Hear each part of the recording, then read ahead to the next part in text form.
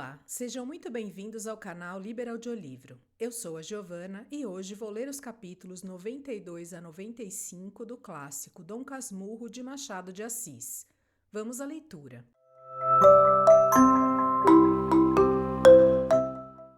Capítulo 92. O diabo não é tão feio como se pinta. Manduca enterrou-se sem mim. A muitos outros aconteceu a mesma coisa, sem que eu sentisse nada, mas este caso afligiu-me particularmente pela razão já dita. Também senti, não sei que melancolia, ao recordar a primeira polêmica da vida, o gosto com que ele recebia os meus papéis e se propunha a refutá-los, não contando o gosto do carro. Mas o tempo apagou depressa todas essas saudades e ressurreições. Nem foi só ele. Duas pessoas vieram ajudá-lo. Capitu, cuja imagem dormiu comigo na mesma noite, e outra que direi no capítulo que vem. O resto deste capítulo é só para pedir que, se alguém tiver de ler o meu livro com alguma atenção mais da que lhe exigir o preço do exemplar, não deixe de concluir que o diabo não é tão feio como se pinta, Quero dizer que o meu vizinho de mata-cavalos, temperando o mal com a opinião antirrussa, dava à podridão das suas carnes um reflexo espiritual que as consolava. Há consolações maiores, de certo, e uma das mais excelentes é não padecer esse nem outro mal algum. Mas a natureza é tão divina que se diverte com tais contrastes, e aos mais nojentos ou mais aflitos acena com uma flor. E talvez saia assim a flor mais bela. O meu jardineiro afirma que as violetas, para terem um cheiro superior, hão mister de estrume de porco. Não examinei, mas deve ser verdade. Capítulo 93. Um amigo por um defunto. Quanto a outra pessoa que teve a força obliterativa foi o meu colega Escobar, que no domingo, antes do meio-dia, veio ter a mata-cavalos. Um amigo supria assim um defunto, e tal amigo que durante cerca de 5 minutos esteve com a minha mão entre as suas, como se me não visse desde longos meses. Você janta comigo, Escobar? Vim para isto mesmo. Minha mãe agradeceu-lhe a amizade que me tinha, e ele respondeu com muita polidez, ainda que um tanto atado, como se carecesse de palavra pronta. O que ele disse, em resumo, foi que me estimava pelas minhas boas qualidades e aprimorada educação. No seminário todos me queriam bem, nem podia deixar de ser assim, acrescentou. Insistia na educação, nos bons exemplos, na doce e rara mãe que o céu me deu. Tudo isso com a voz engasgada e trêmula. Todos ficaram gostando dele. Eu estava tão contente como se Escobar fosse invenção minha. José Dias desfechou-lhe 2 superlativos. Tio Cosme 2 capotes. E prima Justina não achou taxa que lhe pôr. Depois, sim, no segundo ou terceiro domingo, veio ela confessar-nos que o meu amigo Escobar era um tanto metediço e tinha uns olhos policiais a que não escapava nada. São os olhos dele, expliquei. Nem eu digo que sejam de outro. São olhos refletidos, opinou tio Cosme. Seguramente, acudiu José Dias. Entretanto, pode ser que a senhora Dona Justina tenha alguma razão. A verdade é que uma coisa não impede outra, e a reflexão casa-se muito bem à curiosidade natural. Parece curioso, isso parece, mas... A mim parece-me um mocinho muito sério, disse minha mãe. Justamente, confirmou José Dias para não discordar dela. Quando eu referi a Escobar aquela opinião de minha mãe, sem lhe contar as outras, naturalmente, vi que o prazer dele foi extraordinário. Agradeceu, dizendo que eram bondades, e elogiou também minha mãe, senhora grave, distinta e moça, muito moça. Que idade teria? Já fez 40, respondi eu vagamente por vaidade. Não é possível, exclamou Escobar. 40 anos. Nem parece 30. Está muito moça e bonita. Também há de você sair com esses olhos que Deus lhe deu. São exatamente os dela. Enviuvou há muitos anos? Contei-lhe o que sabia da vida dela e de meu pai. Escobar escutava atento, perguntando mais, pedindo explicação das passagens omissas ou só escuras. Quando eu lhe disse que não me lembrava nada da roça, tão pequenino viera, contou-me 2 ou 3 reminiscências dos seus 3 anos de idade, ainda agora frescas. E não contávamos voltar à roça? Não, agora não voltamos mais. Olhe, aquele preto que ali vai passando é de lá, Tomás. Nhonhô! Estávamos na horta da minha casa e o preto andava em serviço. Chegou-se a nós e esperou. É casado, disse eu para Escobar. Maria onde está? Está socando milho, sim, senhor. Você ainda se lembra da roça, Tomás? Ah, lembra, sim, senhor. Bem, vá-se embora. Mostrei outro, mais outro e ainda outro, este Pedro, aquele José, aquele outro Damião. Todas as letras do alfabeto, interrompeu Escobar. Com efeito, eram diferentes letras, e só então reparei nisto. Apontei ainda outros escravos, alguns com os mesmos nomes, distinguindo-se por um apelido, ou da pessoa, como João Fulo, Maria Gorda, ou de nação, como Pedro Benguela, Antônio Moçambique. E estão todos aqui em casa? Perguntou ele. Não, alguns andam ganhando na rua, outros estão alugados. Não era possível ter todos em casa, nem são todos os da roça. A maior parte ficou lá. O que me admira é que Dona Glória se acostumasse logo a viver em casa da cidade, onde tudo é apertado. A de lá é naturalmente grande. Não sei, mas parece. Mamãe tem outras casas maiores que esta. Diz, porém, que há de morrer aqui. As outras estão alugadas. Algumas são bem grandes, como a da Rua da Quitanda. Conheço essa, é bonita. Tem também no Rio Comprido, na Cidade Nova, uma no Catete. Não lhe hão de faltar tetos, concluiu ele, sorrindo com simpatia. Caminhamos para o fundo. Passamos o lavadouro. Ele parou um instante aí, mirando a pedra de bater roupa e fazendo reflexões a propósito do asseio. Depois continuamos. Quais foram as reflexões, não me lembro agora. Lembra-me só que as achei engenhosas e ele riu também.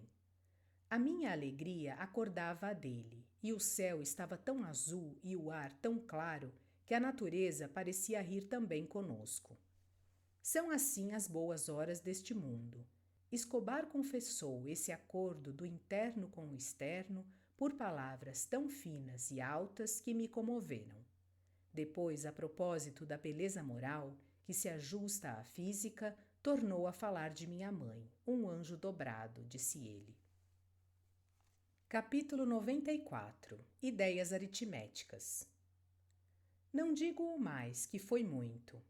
Nem ele sabia só elogiar e pensar, sabia também calcular depressa e bem.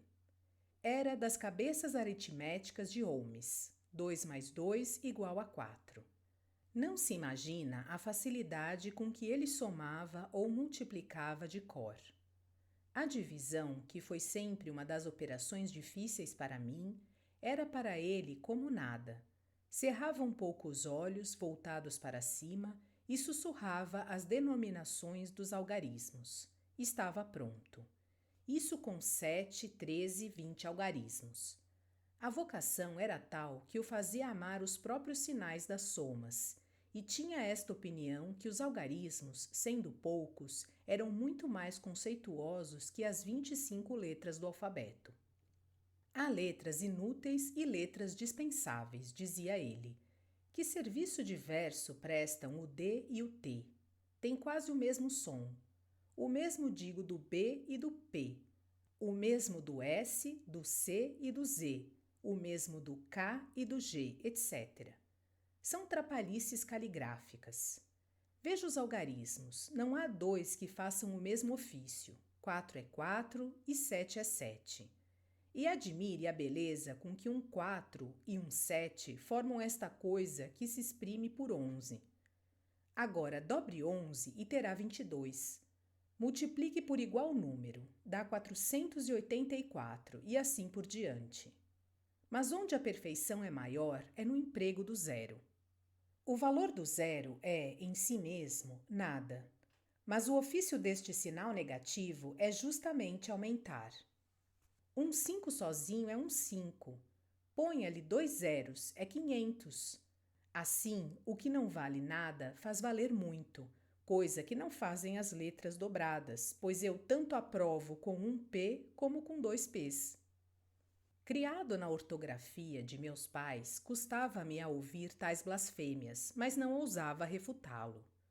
Contudo, um dia proferi algumas palavras de defesa, ao que ele respondeu que era um preconceito, e acrescentou que as ideias aritméticas podiam ir ao infinito, com a vantagem que eram mais fáceis de menear. Assim que eu não era capaz de resolver de momento um problema filosófico ou linguístico, ao passo que ele podia somar em 3 minutos quaisquer quantias. Por exemplo, dê-me um caso, dê-me uma porção de números que eu não saiba nem possa saber antes. Olhe, dê-me o número das casas de sua mãe e os aluguéis de cada uma, e se eu não disser a soma total em 2, em 1 minuto, enforque-me. Aceitei a aposta e na semana seguinte levei-lhe escritos em um papel os algarismos das casas e dos aluguéis. Escobar pegou o papel, passou-os pelos olhos a fim de os decorar, e enquanto eu fitava o relógio, ele erguia as pupilas, cerrava as pálpebras e sussurrava: "Oh, o vento não é mais rápido." Foi dito e feito. Em meio minuto, bradava-me: "Dá tudo 1.070.000 mensais." Fiquei pasmado. Considera que eram não menos de 9 casas e que os aluguéis variavam de uma para outra, indo de 70.000 a 180.000. Pois tudo isto em que eu gastaria 3 ou 4 minutos e havia de ser no papel, fê-lo Escobar de cor brincando. Olhava-me triunfalmente e perguntava se não era exato. Eu, só por lhe mostrar que sim, tirei do bolso o papelzinho que levava com a soma total e mostrei-lhe. Era aquilo mesmo, nenhum erro, 1.070.000. Isto prova que as ideias aritméticas são mais simples e, portanto, mais naturais. A natureza é simples, a arte é atrapalhada. Fiquei tão entusiasmado com a facilidade mental do meu amigo que não pude deixar de abraçá-lo. Era no pátio. Outros seminaristas notaram a nossa efusão. Um padre que estava com eles não gostou. A modéstia, disse-nos, não consente esses gestos excessivos. Podem estimar-se com moderação. Escobar observou-me que os outros e o padre falavam de inveja e propôs-me viver separados. Interrompi-o dizendo que não. Se era inveja, tanto pior para eles. Quebremos-lhe a castanha na boca, mas fiquemos ainda mais amigos que até aqui. Escobar apertou-me a mão às escondidas com tal força que ainda me doem os dedos. É ilusão, de certo, se não é efeito das longas horas que tenho estado a escrever sem parar. Suspendamos a pena por alguns instantes. Capítulo 95. O Papa. A amizade de Escobar fez-se grande e fecunda. A de José Dias não lhe quis ficar atrás. Na primeira semana, disse-me este em casa: "Agora é certo que você vai sair já do seminário." "Como?" "Espere até amanhã. Vou jogar com eles que me chamaram. Amanhã, lá no quarto, no quintal ou na rua, indo à missa, conto-lhe o que há. A ideia é tão santa que não está mal no santuário. Amanhã, Bentinho." "Mas é coisa certa?" "Certíssima." No dia seguinte, revelou-me o mistério. Ao primeiro aspecto, confesso que fiquei deslumbrado. Trazia uma nota de grandeza e de espiritualidade que falava aos meus olhos de seminarista. Era não menos que isto. Minha mãe, ao parecer dele, estava arrependida do que fizera e desejaria ver-me cá fora, mas entendia que o vínculo moral da promessa aprendia indissoluvelmente. Cumpria rompê-lo e, para tanto, valia a Escritura, com o poder de desligar dado aos apóstolos. Assim que ele e eu iríamos a Roma pedir a absolvição do Papa, que me parecia? Parece-me bem, respondi depois de alguns segundos de reflexão. Pode ser um bom remédio. É o único, Bentinho, é o único. Vou já hoje conversar com Dona Glória. Exponho-lhe tudo e podemos partir daqui a 2 meses ou antes. Melhor é falar domingo que vem. Deixe-me pensar primeiro. Oh, Bentinho, interrompeu o agregado. Pensar em quê? Você o que quer? Digo. Não se amofina com o seu velho? Você o que quer é consultar a uma pessoa. Rigorosamente eram 2 pessoas, Capitu e Escobar, mas eu neguei a pés juntos que quisesse consultar alguém. E que pessoa, o reitor? Não era natural que lhe confiasse tal assunto. Não, nem reitor, nem professor, nem ninguém. Era só o tempo de refletir. 1 semana, no domingo daria a resposta. E desde já lhe dizia que a ideia não me parecia má. Não? Não. Pois resolvamos hoje mesmo. Não se vai a Roma brincando. Quem tem boca vai a Roma, e boca no nosso caso é a moeda. Ora, você pode muito bem gastar consigo. Comigo não. 1 par de calças, 3 camisas e o pão diário não preciso mais. Serei como São Paulo, que vivia do ofício enquanto ia pregando a palavra divina. Pois eu vou, não pregá-la, mas buscá-la. Levaremos cartas do internúncio e do bispo, cartas para o nosso ministro, cartas de capuchinos. Bem sei a objeção que se pode opor a esta ideia. Dirão que é dado pedir a dispensa cá de longe. Mas além do mais que não digo, basta refletir que é muito mais solene e bonito ver entrar no Vaticano e prostrar-se aos pés do Papa o próprio objeto do favor, o levita prometido, que vai pedir para sua mãe terníssima e dulcíssima a dispensa de Deus. Considere o quadro, você beijando o pé ao príncipe dos apóstolos. Sua santidade com o sorriso evangélico inclina-se, interroga, ouve, absolve e abençoa. Os anjos o contemplam. A Virgem recomenda ao Santíssimo Filho que todos os seus desejos, Bentinho, sejam satisfeitos e que o que você amar na terra seja igualmente amado no céu. Não digo mais porque é preciso acabar o capítulo e ele não acabou o discurso. Falou a todos os meus sentimentos de católico e de namorado. Vi a alma aliviada de minha mãe, vi a alma feliz de Capitu, ambas em casa, e eu com elas, e ele conosco, tudo mediante uma pequena viagem a Roma que eu só geograficamente sabia onde ficava. Espiritualmente também, mas a distância que estaria da vontade de Capitu é que não. Eis o ponto essencial. Se Capitu achasse longe, não iria, mas era preciso ouvi-la, e assim também a Escobar, que me daria um bom conselho. Desejo que tenham gostado desta parte do clássico Dom Casmurro, de Machado de Assis. Obrigada por sua companhia. Até a próxima.